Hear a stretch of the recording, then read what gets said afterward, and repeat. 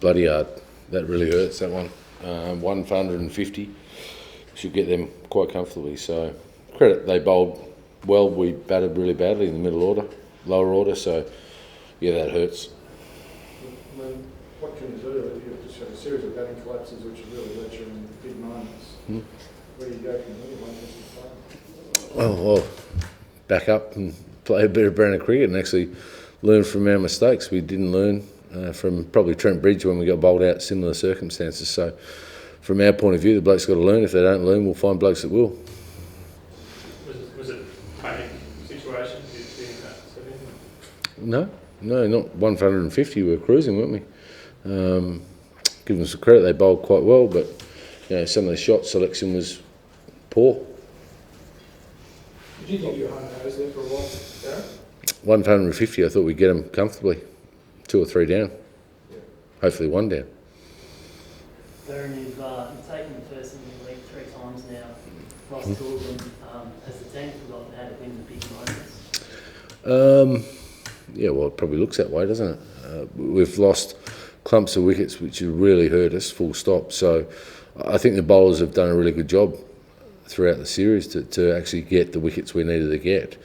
But on the batting side of it, it's simply we've lost clumps of wickets and haven't played the way we want to play. Blokes are missing straight ones. That doesn't help.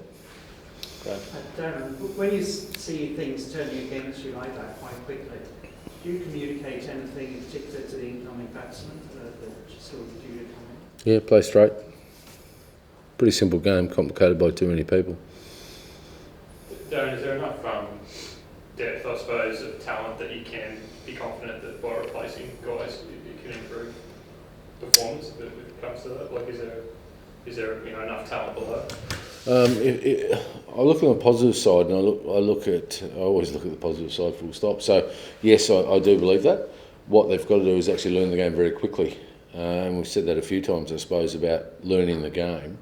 And our blokes have the skills to actually play the game. It's actually learning the game quickly and actually knowing what to do and when to do it. And we're not doing that for short bursts, which are really hurting us. If you look at the whole Test series, I mean, there's key moments in every Test matches where we're well in front of the game and we let it slip. So we need to learn that. Getting back to the winning question, winning becomes a habit. So we need to start winning and creating that. Once we do that, we'll be fine. Rod? Talk about guys missing straight balls and shot selection. Are there any batsmen who you could say just got a really good one? Today, I thought Warner got a good ball, to be fair. Clark got a ripper, and probably Rogers got a decent ball. The rest should have played a lot straighter, and they know that. It's getting to a stage, isn't it, where you don't give blokes so many opportunities, they don't take those opportunities. You've got to say, well, someone else at least deserves the chance, don't they? I totally agree, Malcolm. I think the big thing for us is we've got to make sure that they're learning. If they're not and making the same mistakes, then we've got to change. And that's a simple fact of cricket and results. The other case in point is making sure we've got the right people doing the right things how we want to play. And if we've got that, then that's great. And this group can do that, but they've got to show that more often. There's obviously, you can't make a great number of changes for the over. You don't have 4 players or whatever on the side, but will there be players in that team in a week's time who are playing for their spot for the next Test next week? Sorry, start again. Next week? Next week, sorry, in the Oval Test match, are there players playing for their spot, for their careers next week? Yep. There's nothing wrong with that. I'm happy for you to write whatever you write there. Yeah. We don't earn the right to actually, to play for Australia, you've got to perform at a level that actually is acceptable for everyone in our team and also for the Australian public and for the media. And at the moment, we're not doing that. So blokes have got to perform at the level that we expect and you guys expect and the public expect back home. I think they've fought really hard and they've actually shown really glimpses of challenging a really good side, obviously, but we haven't done that consistently enough. So we'll back them as we have and we will continue to back them, but at the end of the day, performances count. And just as a follow-up, are you comfortable with that this opening partnership could actually give you something for the next 12 months or beyond that? Well, the way they played today, yes. I mean, Warner was very good today. I was really impressed with him today, and Rogers has been probably the find of the tour for us, to be perfectly honest, the way he's gone about it and his demeanour off the field and what he brings to the playing group as an experienced player. So I've been really impressed with both them. At the end of the day, that's where we're at, and we just got to keep working hard.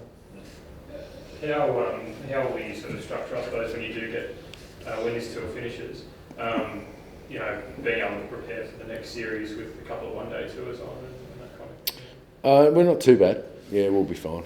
We'll be fine preparing for the Ashes. Obviously, the wickets will be totally different and conditions will be more in our favour than theirs, I would think. But at the end of the day, we've got to get players that are going to play the right way to succeed against a good cricket side. What's the story with Shane Watson?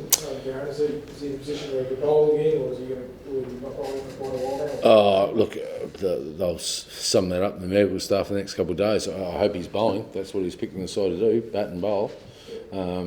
And I thought he bowled really well in the first innings and batted well. But we need him bowling. We like to have 5 bowlers. England can have 4 at the moment because we're not batting well enough. And that's a simple fact of life. He made a good score, you said, in the first innings, but if he doesn't bowl, is he not a guarantee to be in the team? No one's a guarantee, probably apart from Michael Clark and Chris Rogers, I would think. If he can't bowl, would you pick him? Is it matter only? Oh, as selection panel will have to sit down, he'd be a chance, yeah, because obviously he played very well. But he's got a value add, and his value add is when he's bowling, so we'll just have to sit down and see how he goes. Where is James Faulkner? He's an all-rounder, but he's a bowling all-rounder. He hasn't made a first-class 100.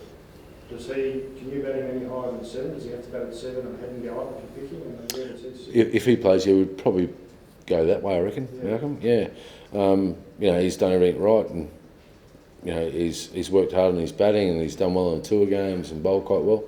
So he'd come in contention there, where we think it'd probably be spin friendly at the Oval. So would you, if it's spin friendly at the Oval, would you be a chance of playing 2 spinners and Faulkner? Yep. Yeah, we pick conditions to get 20 wickets, and I think we've done that pretty well, to be fair. Obviously, if you do that, Can I finish that question first? Sorry. Oh, thanks, John.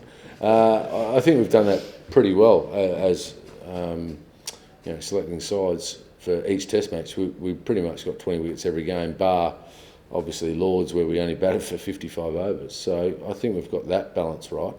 It's now a case of actually making sure we get the runs right as well. Sorry, mate. No, that's all right. I know that Malcolm did that. It's his birthday. He's allowed to have a couple extra questions.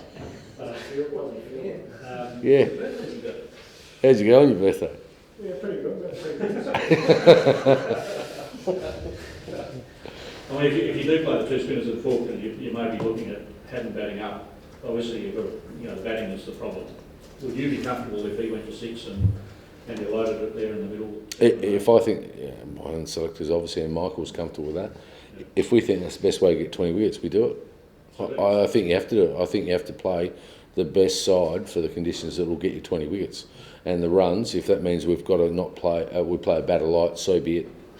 Yeah. So the wickets are more important than the runs at the moment. Well, yeah, I'd like some runs as well, obviously. But at the end of the day, we were 1 for 150, and we should have got the runs. So, and we batted really well at Old Trafford, to be perfectly honest. We got 520 there. So, I think the key is making sure you get 20 wickets all the time. That's how you win games. They've been doing that. They haven't been batting very well, and they've got 20 wickets every game, haven't they? Ryan Harris looked extra devastated when he came off when he got out today. Is there a feeling in the rooms that batsmen are letting him down? Such a great match for him. No. We're all in together, mate. Simple fact of life. You're still going on? I hope so, mate. Yeah, we'd love him to. Obviously, he's exceptional. We've got to make sure. I mean, he's had 3 in a row. Has he ever done 4 in a row? No. Shit, that'd be a good one if he gets 4 in a row. Look, extra day off probably helps him again. It's only a week before the next game. To be perfectly honest, in this way the scenario is now, we'll be extra careful with him, obviously. We've got to make sure he's right come the next Test series as well. He's so valuable to us, as we've seen in the previous few games. So, we'd love to play him in the first Test, but he wasn't quite right. And then he's shown his value from then on. So we just got to make sure he's right. If there's any doubt of not getting through, he won't play. Yeah. Hasn't he shown he's one of the best bowlers in the world, I think? Oh, he's top 3 or 4, I reckon. But totally biased opinion, isn't it? I mean, I've had him for years, so I just reckon he's outstanding in what he gives to the team and how he bowls and he just gets good players out, doesn't he? I mean, the wickets he's got a high end all series. You know, he's blown England away a couple of times, so that's good.